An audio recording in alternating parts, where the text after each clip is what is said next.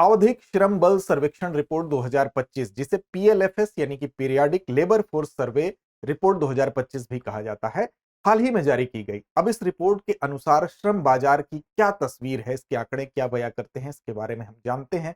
साथ साथ इस रिपोर्ट के माध्यम से यह भी जानेंगे कि वर्तमान में बेरोजगारी की स्थिति क्या है, युवाओं में बेरोजगारी की स्थिति क्या है, क्या उसमें सुधार हुआ है या और स्थिति नीचे गई है। तो आइए इस रिपोर्ट को देखते हैं और जानते हैं कि पीएलएफएस 2025 की वार्षिक रिपोर्ट के प्रमुख बिंदु क्या हैं। इससे पहले बात करेंगे पीएलएफएस के विषय में भी, लेकिन इस सर्वेक्षण के निष्कर्ष पर भी ध्यान देंगे। देखिए, अगर पीएलएफएस की बात करें तो इसकी शुरुआत हुई थी वर्ष 2017 में। एनएसओ यानी कि राष्ट्रीय सांख्यिकीय जो कार्यालय है उसके द्वारा इसकी शुरुआत की गई थी। Ministry of statistics programme implementation के अंतर्गत ये काम करता है। अब देखिए, पहले रोजगार या बेरोजगार से संबंधित जो डेटा होता था उसको नेशनल सैंपल सर्वे के द्वारा ये डेटा हर 5 साल में जो है ये प्रकाशित किया जाता था। ऐसे में 5 साल का एक लंबा इंतजार होता था इस डेटा के लिए। आप जानते हैं, इस डेटा के विश्लेषण के आधार पर जो निष्कर्ष आता है उसी के आधार पर पॉलिसीज भी बनाई जाती हैं। ये ध्यान दिया जाता है कि किस क्षेत्र में ज्यादा ध्यान दिए जाने की जरूरत है। तो ये एक ऐसा डेटा होता है जो कि एक ऑथेंटिक डेटा माना जाता है। एक व्यापक सैंपलिंग यानी सर्वे के आधार पर ये डेटा तैयार किया जाता है। अब यहाँ पर 5 साल के लंबे इंतजार की जो समस्या थी उसको ठीक करने के लिए पीएलएफएस की शुरुआत की गई, यानी कि पीरियाडिक लेबर फोर्स सर्वे की शुरुआत की गई। और ये कब शुरू हुआ? तो वर्ष 2017 में इसकी शुरुआत की गई। ये क्यों किया गया? क्योंकि ये जो डेटा था इसको और ज्यादा फ्रिक्वेंट तरीके से प्राप्त किया जा सके, इसकी विश्वसनीयता बढ़ाई जा सके। और साथ साथ इसका उद्देश्य क्या है? तो उद्देश्य यही है कि रोजगार की स्थिति क्या है, बेरोजगारी की स्थिति क्या है, मजदूरी से जुड़े हुए जो मसले हैं उनकी क्या स्थिति है, और साथ साथ इनको कैसे नियमित किया जा सकता है, इस डेटा को कैसे और विश्वसनीय बनाया जा सकता है, और टाइमली डेटा कैसे प्रोवाइड किया जा सकता है। अब इसके लिए इसके सैंपल साइज को, सैंपल साइज का मतलब हुआ कि जो नमूना लिया जाता है उस नमूने के आकार को बढ़ा दिया गया। यानी कि अगर उदाहरण के तौर पर आप समझ सकते हैं कि मान लीजिए पहले अगर 1.25 लाख लोगों का नमूना लिया जाता था, अब इसमें 2.65 गुना की वृद्धि भी हो गई है अगर पिछली बार की तुलना में देखें तो। PLFS periodic labour force survey report वर्ष 2025 की जो है उसके सैंपलिंग का साइज भी 2.65 गुना इंक्रीज हुआ है। इसका मतलब कि जो डेटा होगा और ज्यादा ऑथेंटिक होगा और ज्यादा विश्वसनीय होगा। अब देखिए, इसकी विशेषता इस बार की और भी कई विशेषता रही है कि इसमें अगर आप देखेंगे तो पिछले इसमें जो स्टेटस है यानी कि जो नमूना लिया जाता है उसमें अगर देखेंगे तो ग्रामीण और शहरी दोनों क्षेत्रों को कवर किया गया है और वैज्ञानिक सैंपलिंग मेथड का इसमें इस्तेमाल किया गया है। काम की स्थिति क्या है, रोजगार के प्रकार यानी किस रोजगार में कितने लोग संलग्न हैं, आय की क्या स्थिति है, आय की असमानता की क्या स्थिति है, साथ साथ रोजगार मापने के तरीके में भी यहाँ पर परिवर्तन आपको दिखेगा, जिसमें कि यूजुअल स्टेटस एक होता है जिसमें कि पिछले 1 साल की गतिविधियों को मापा जाता है, और CWS कहते हैं यानी कि करंट जो वीकली आपका करंट वीकली जो स्टेटस होता है, क्षमा कीजिएगा, करंट वीकली जो स्टेटस होता है वो क्या है। इसका मतलब कि 1 साल का डेटा और साथ साथ करंट वीकली स्टेटस दोनों के आधार पर एक लंबी प्रक्रिया में डेटा और मौजूदा समय में अगर कोई परिवर्तन हो रहा है तो उसके आधार पर भी, यानी कि यूजुअल स्टेटस में पिछले 1 साल का और CWS में पिछले 7 दिन से दोनों स्थिति पता चलती है। ग्रामीण शहरी दोनों का व्यापक कवरेज यहाँ पर है। और रोजगार मापने के 2 प्रमुख तरीकों में अगर आप देखें तो इसमें ये चीज आपको दिखाई दे रही है जिसको शामिल किया गया है 1 साल और 7 दिन वाला। अब इससे नियमित और विश्वसनीय डेटा का ये स्रोत बन जाता है। सैंपल साइज और रोटेशन सैंपलिंग में वृद्धि की गई है, यानी कि सैंपलिंग जो है वो रोटेट होने से क्या होता है, उसकी ऑथेंटिसिटी बढ़ जाती है। इसके अलावा अब कैलेंडर वर्ष की अगर बात करें तो सर्वे का चक्र भी यहाँ पर, पहले जो चक्र जुलाई जून वाला था उस चक्र को अब बदल दिया गया है। जनवरी दिसंबर के चक्र को इस सैंपलिंग के चक्र में इस अवधि को अब यहाँ पर इसमें माना जाता है। अधिक सटीक और डायनेमिक अनुमान के लिए हम इस पीएलएफएस डेटा को जानते हैं। अब देखिए, यहाँ पर पब्लिक लेबर फोर्स सर्वे जो है ये बेसिकली भारत में अब इस बार जो ये रिपोर्ट आई है इसमें क्या स्थिति है, इसको समझने के लिए इस रिपोर्ट को देखना जरूरी है। तो भारत में श्रम बल रुझान 2025 क्या है, तो इसकी मुख्य सांख्यिकी रिपोर्ट क्या क्या कहती है, तो एक एक करके इस पर जरा सा नजर डालते हैं, उसके बाद हम निष्कर्ष पर भी चलेंगे। देखिए, एलएफपीआर की अगर बात करें यानी कि लेबर फोर्स जो पार्टिसिपेशन रेट, एलएफपीआर क्या होता है, लेबर फोर्स पार्टिसिपेशन रेट, यानी कि कार्यबल सहभागिता कितनी होती है, लेबर फोर्स कितना है, उसमें अगर देखें तो 59.3% पर श्रम बल सहभागिता दर जो एलएफपीआर है 59.3% इसमें बताया गया है। ये लगभग स्थिर एक कंडीशन बताई गई है, यानी स्टेबल कंडीशन है। अब इसमें पुरुषों की 79.1% आपको दिख रहा है। पुरुषों की स्थिति क्या है? 79.1% है इनकी श्रम बल सहभागिता दर, यानी कि LFPR। वहीं पर अगर महिलाओं की देखें स्थिति क्या है, तो महिलाओं की 40% है। अब देखिए महिलाओं की स्थिति पिछले तुलना में इसमें सुधार देखा गया है, लेकिन अभी भी पुरुषों की तुलना में अगर आप देखेंगे तो महिलाओं की स्थिति, महिलाएं काफी पीछे हैं। यानी कि श्रम बल में महिलाओं की सहभागिता पुरुषों की तुलना में 79.1% की तुलना में 40% तो काफी कम है। तो ये स्थिति ये है कि पहली कंडीशन ये है, रिपोर्ट ये बयां करती है कि महिलाओं की स्थिति में क्रमिक सुधार यद्यपि हुआ है, लेकिन पुरुषों की तुलना में अभी भी उनका LFPR कम है। दूसरा है WPR, यानी कि वर्कर पॉपुलेशन रेशियो। अब इसमें अनुमानित अगर देखिए तो 57.4%, क्या है? 57.4% है। अब इसमें जिसकी हम बात कर रहे हैं, किसकी बात कर रहे हैं? Worker population ratio. ये अनुमानित है, अनुमानित यह है कि 57.4% है। इसका मतलब यह है कि रोजगार का स्तर क्या है? रोजगार का स्तर लगभग स्टेबल बना हुआ है।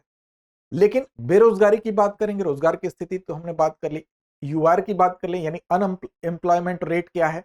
तो ये कहा जा रहा है कि जो बेरोजगारी की जो स्थिति है वो घटी है। अगर देखें तो 3.1% हो गई है, यानी कि कुल बेरोजगारी दर जो है उसमें थोड़ा सा यहाँ पर सुधार दिखाई दे रहा है, यानी कि घटी है।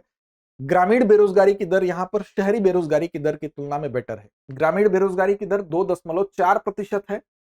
वहीं पर शहरी बेरोजगारी आप देखेंगे, शहरों में बेरोजगारी दर ज्यादा दिखाई दे रही है, 4.8% है।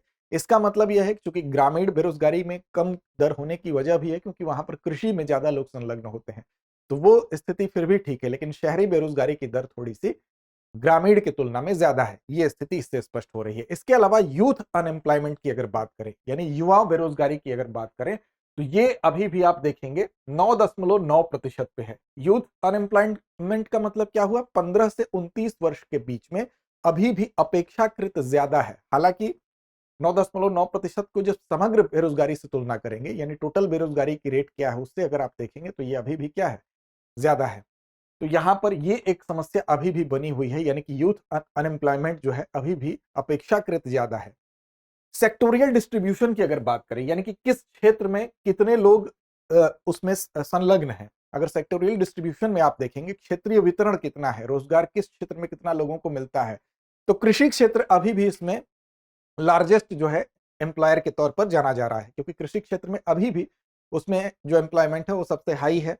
और हिस्सेदारी हालांकि देखें तो पहले की तुलना में कम हुई है, लेकिन अभी भी सबसे ज्यादा जो लार्जेस्ट एम्प्लॉयर के तौर पर कोई क्षेत्र है तो कृषि क्षेत्र ही है। विनिर्माण और सेवा क्षेत्र, यानी कि मैन्युफैक्चरिंग और सर्विस सेक्टर जो है उसमें अगर आप देखेंगे तो वो इंक्रीज हुआ है। तो इस तरह से भले ही कृषि अगर आप देखेंगे कि ऊपर है, लेकिन विनिर्माण और सेवा क्षेत्र में वृद्धि देखी जा रही है। इसके अलावा कृषि क्षेत्र सबसे बड़ा नियोक्ता उभर के आ रहा है, सेवा क्षेत्र बढ़ा है, और साथ साथ मैन्युफैक्चरिंग यानी विनिर्माण भी बढ़ा है। यानी कि भले ही कृषि क्षेत्र ऊपर है, लेकिन इनमें वृद्धि देखी गई है। इसमें पिछले वर्ष की तुलना में रिपोर्ट में कमी देखी गई है। इसके बाद अगर देखें, अगला जो नंबर आता है वो आता है कि महिलाओं की बढ़ती आय। महिलाओं की अगर आय देखें तो उनकी जो सैलरी है वो पुरुषों की तुलना में जब महिलाओं की सैलरी देखेंगे तो वो तेजी से इंक्रीज हुई है, और ये एक अच्छी बात है।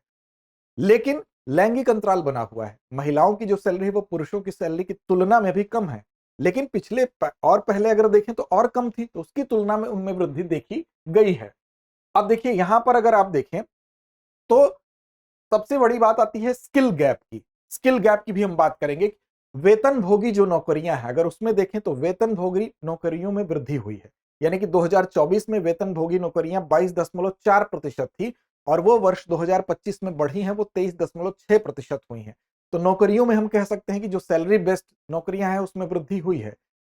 लेकिन नौकरियों में वेतन भोगी नौकरियों में वृद्धि का मतलब ये हुआ कि कहीं ना कहीं कमी हुई होगी। तो कहां पर कमी हो गई? तो स्वरोजगार में कमी हुई है।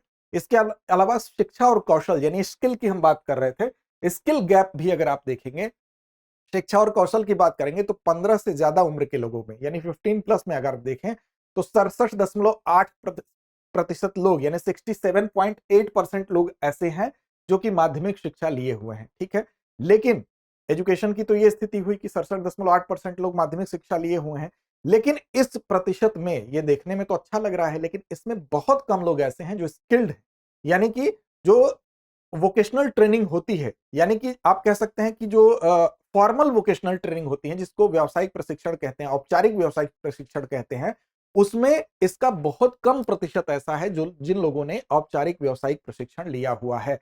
यानी कि स्किल के मामले में हम थोड़े से पिछड़ रहे हैं। वेतनभोगी नौकरियों में यद्यपि वृद्धि हुई है, 22.4% था 2024 में, 2025 में बढ़कर 23.6% हुआ है। तो दूसरी बात यह है, अब सवाल उठता है कि रोजगार के आकार की अगर बात कर लें तो 2025 में 61.6 करोड़ लोग जो हैं वो रोजगार में संलग्न हैं, चाहे वो कृषि क्षेत्र हो, चाहे वो विनिर्माण हो, चाहे वो सेवा क्षेत्र हो। अब इस पूरी रिपोर्ट से क्या निष्कर्ष निकल के आता है? निष्कर्ष ये निकल के आता है कि स्वरोजगार में एक तो कमी हुई है, दूसरा यह है कि श्रम बल में महिलाओं की भागीदारी अगर आप देखें तो पहले की तुलना में जरूर सुधरी है, 40% तक हुई है, लेकिन अगर पुरुषों की तुलना में तुलना करें, कंपैरिजन करें पुरुषों से, जो कि 79.1% है, अब इससे तुलना करें हैं तो काफी कम है। यानी कि महिलाओं की भागीदारी पुरुषों की तुलना में अभी भी कम है, ये एक चिंता की बात है। दूसरा यह है कि जो कृषि क्षेत्र है वो रोजगार में उसमें गिरावट देखी जा रही है। 44.8% था पहले कृषि में लोग संलग्न थे, और अभी आप देखेंगे तो 43% लोग संलग्न है। तो ये विनिर्माण और सेवा क्षेत्र बढ़ रहा है, लेकिन कृषि क्षेत्र में रोजगार घटा है। यद्यपि अभी सबसे टॉप पे अगर रोजगार के लिहाज से नियोक्ताओं की संख्या देखें तो कृषि क्षेत्र में ही है। स्कूली शिक्षा की अवधि बढ़ी है, 10 वर्ष तक किया गया है उसको, और शिक्षित बेरोजगार अभी भी एक समस्या बने हुए हैं, क्योंकि युवा बेरोजगारी अभी भी आप देखें तो 9.9% पे है। समग्र रूप से जो बेरोजगारी है उसकी तुलना में जरूर ये प्रतिशत आपको दिखाई दे रहा होगा, काफी जो है समग्र बेरोजगारी की तुलना में अगर देखें तो युवा बेरोजगारी 9.9% है, जो कि एक चिंता की बात है। इस पर विचार किए जाने की जरूरत है। समग्र बेरोजगारी से अभी भी ये ज्यादा है। तो ये कुछ बिंदु ऐसे हैं जिस पर ध्यान दिए जाने की जरूरत है।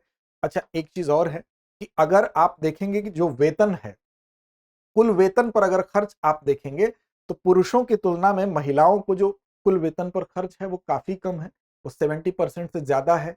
इतना कम है तो लैंगिक अंतराल जो है ये भी एक समस्या बनी हुई है।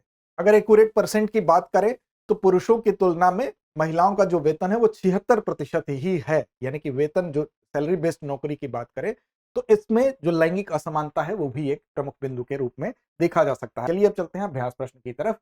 युवा बेरोजगारी दर 15 से 29 वर्ष आयु वर्ग यानी पीएलएफएस 2025 में कितनी रही?